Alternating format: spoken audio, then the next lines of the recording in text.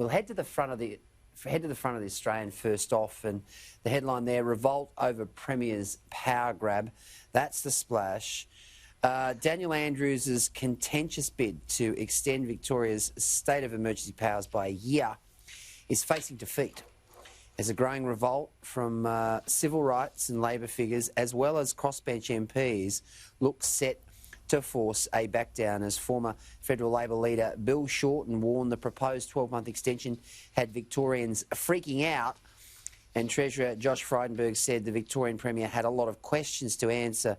Mr Andrews was preparing to compromise with crossbenchers to curtail the extension of the powers. And Paul Kelly, the preeminent Australian columnist and, of course, former editor of The Australian, former editor-in-chief, said the curse of pandemic protectionism is the main threat. The fight against COVID is being derailed by state populism and complacency on economic recovery.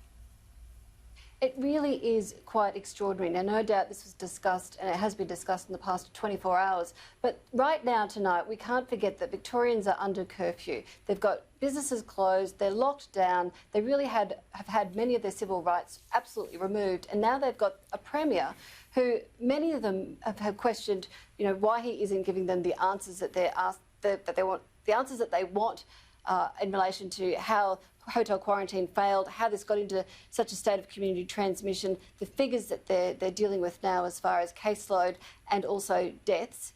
And now he's looking at holding them into this extraordinary case of a state of emergency for, what, another 12 to 18 months. So it really is going to be a case of how much of a revolt he's going to get on this. And, of course, you know, if he is going to be questioned about whether people will support him. And then, of course, there'll be the question of, as you've said, whether there'll be pressure to put on him to, if he is going to try and push ahead with this extreme measure, whether there should be some compromise and drop it back to 3 or 6 months, because it is an extraordinary amount of time to ask people to give the government that sort of power to the Premier and to the Chief Health Officer.